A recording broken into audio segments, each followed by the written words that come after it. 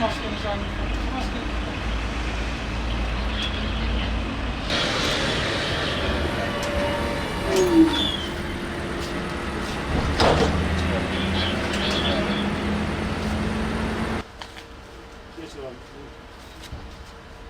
Tamam.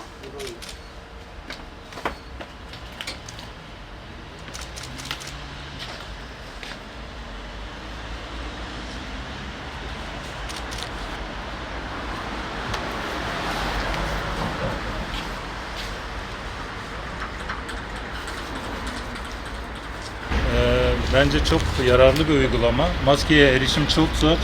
Biraz önce benim maskem deforme oldu. Şu an toplu ulaşım aracına binerken maskesiz binmek istemedim.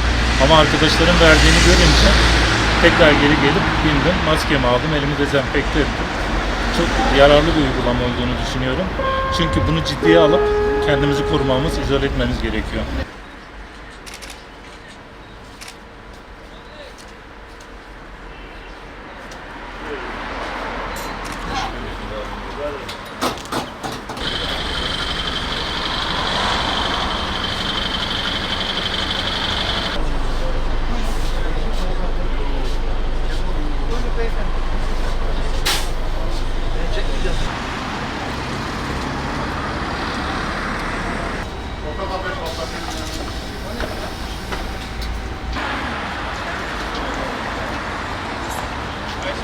Başı.